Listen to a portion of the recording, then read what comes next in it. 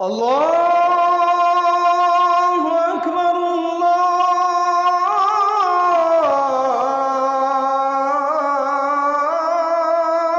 আকবার। নরম দিলের লোক যারা হবে তাদের জন্য জাহান্নামের আগুন হারাম হবে। দিল তারে নরম করে। আল্লাহর নবী এত পরিমাণ কাঁদতেন। ইবনে মাসউদ বলেন, নবীজি একদিন তেলাওয়াত করতে বললেন। ইবনে মাসউদ বলেন, নবী আমি আপনার সামনে কেমনে তেলাওয়াত করব? এই কোরআন আপনার উপরে অবতীর্ণ হয়েছে। আল্লাহর নবী বললেন, ইবনে মাসউদ পড়ো। তেলাওয়াত শুরু করলেন।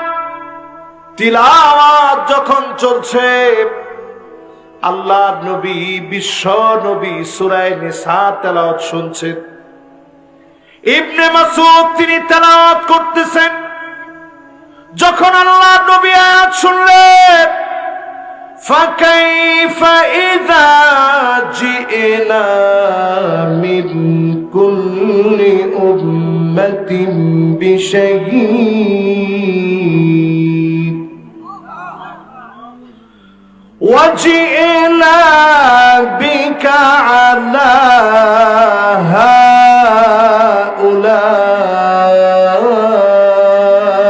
শাহীদা।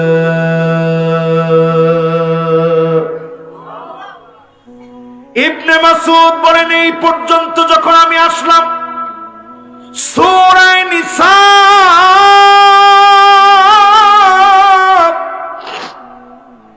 ৪১ নং আয়াতে যখন আসলাম, আল্লাহর নবীর দিকে তাকায় দেখি নবীজির দুইটা চোখ থেকে অঝোর ধারায় চোখের পানিগুলা ঝরতেছে। আল্লাহর নবীর গাল বেয়ে বেয়ে পানি পড়তেছে। নবীজির দাড়ি ভিজে যাচ্ছে। হাত্তা বাল্লাল্লাহ জমিনের ভিতরে টপ টপ করে চোখের পানিগুলা পড়তেছে। এত পরিমাণ নবী আয়াতটা শুনে কাঁদলেন কেন? সেই দিনটা কেমন হবে উম্মতের ব্যাপারে? নবীদেরকে যেদিন আল্লাহ দাঁড় করাবেন, ও নবী আপনার উম্মতের খবর দেন। নবীজি জীবনে কোনোদিন আমারে দেখে নাই, আপনাকে জীবনে কোনোদিন দেখে নাই। না দেখে নবীজি আল্লাহ নবীর উম্মতের জন্য বড় বেশি নবীজি কাঁদলেন। এই কান্নার কারণে আল্লাহর নবী বিশ্ব নবী, নবী কুলের সম্রাট আমার আপনার জন্য এত পরিমাণ সেদিন কাঁদলেন। আহারে, জীবনে কোনোদিন উম্মত গুলারে দেখি নেই। না জানি উম্মতের চেহারা গুলা কেমন হবে, আমার উম্মত গুলা না জানি কেমন হবে।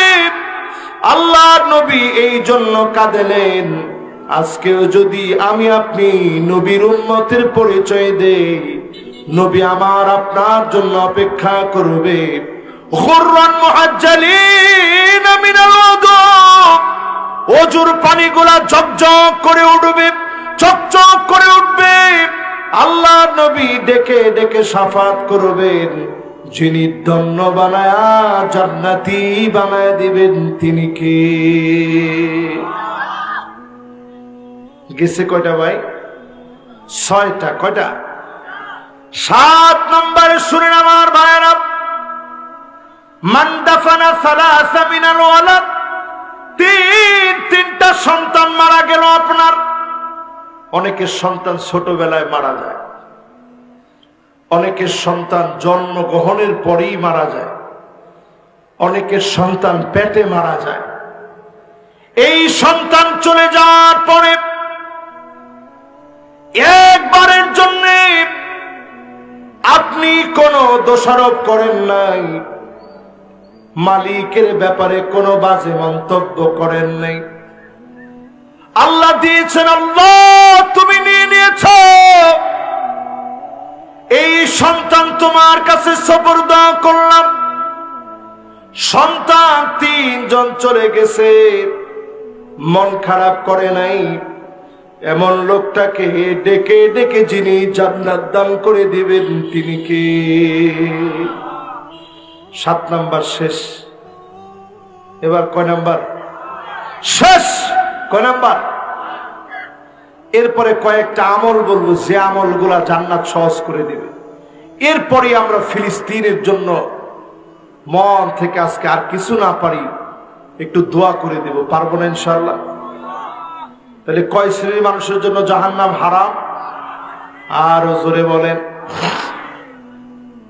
সবাই বলেন। 8 নম্বরে মান ক্বালা লা ইলাহা ইল্লাল্লাহ দাখালাল জান্নাহ। যেই লোকটা কালেমা পড়তে পড়তে লা ইলাহা ইল্লাল্লাহ বলতে বলতে মারা যাবে, ওই লোকটাকে যিনি জান্নাত দান করে দেবেন তিনি কে?